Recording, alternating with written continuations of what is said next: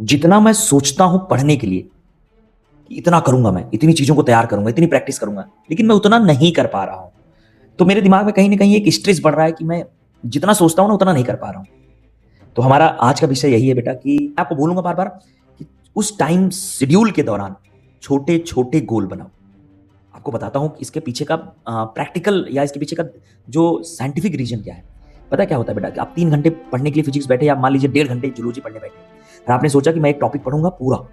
Topic नहीं, पूरा chapter डाल देते हो आप तुरंत, है ना? इतना मोटिवेट हो जाते हो, पूरा चैप्टर पढ़ने के लिए प्रेरित हो जाते हैं। नहीं, यही तो गलती कर रहे हैं ना हम एक टॉपिक डालें और उसको बढ़िया से पढ़ें।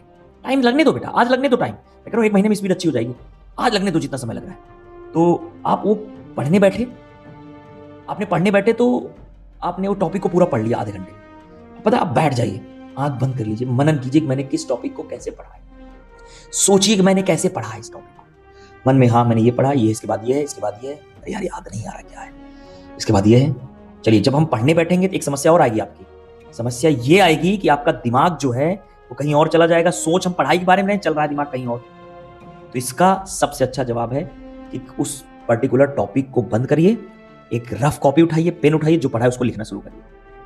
आप बिना दिमाग के सोचे बोल तो सकते हैं, लेकिन बिना दिमाग का यूज किए लिख नहीं सकते। तो आप लिखना शुरू करिए, आपको पता चल जाएगा आपका प्रोडक्टिविटी कितनी है। एक तो चीज ये हो गया कि हम उस चीज को सोच सोच करके करें। तो आपका जब छोटा गोल बनाएंगे ना बेटा, आपको बताता हूं, रिवॉर्ड सेंटर होता है ब्रेन में, है ना? तो वो क्या करता है कि आप जब अपने गोल को पूरा करते हैं तो आपको वो खुशी देता है, हैप्पीनेस देता है, और नए गोल को अचीव करने की और एक तरीके की एनर्जी मिलती है आपको, है ना? लेकिन जब आप बड़ा गोल बनाते हैं और आप उसको पूरा नहीं कर पाते तो आपको एक रिग्रेट फील होता है। वो भी ब्रेन का काम है। तो रिग्रेट जो फील कराता है, इसका मतलब है कि आपको छोटा गोल बनाना है। साइंटिफिकली छोटे गोल बनाइए, उनको पूरा करिए। आप 50 सोच रहे हैं तो 30 करिए, 30 क्वेश्चन करिए, है ना? जब 30 पूरा हो जाएगा ना और समय भी बचा रहता है, आपको पॉजिटिविटी बढ़ेगा अपने आप। ब्रेन में पॉजिटिव केमिकल निकलेंगे, अरे यार टाइम टेबल पूरा हो गया, एक्स्ट्रा पढ़ रहा हूँ। दिमाग तुरंत एक्टिव, हाइपर एक्टिव, और आपको बोलेगा और पढ़ो, मजा आ रहा है, डोपामीन रिलीज होने लगेगा।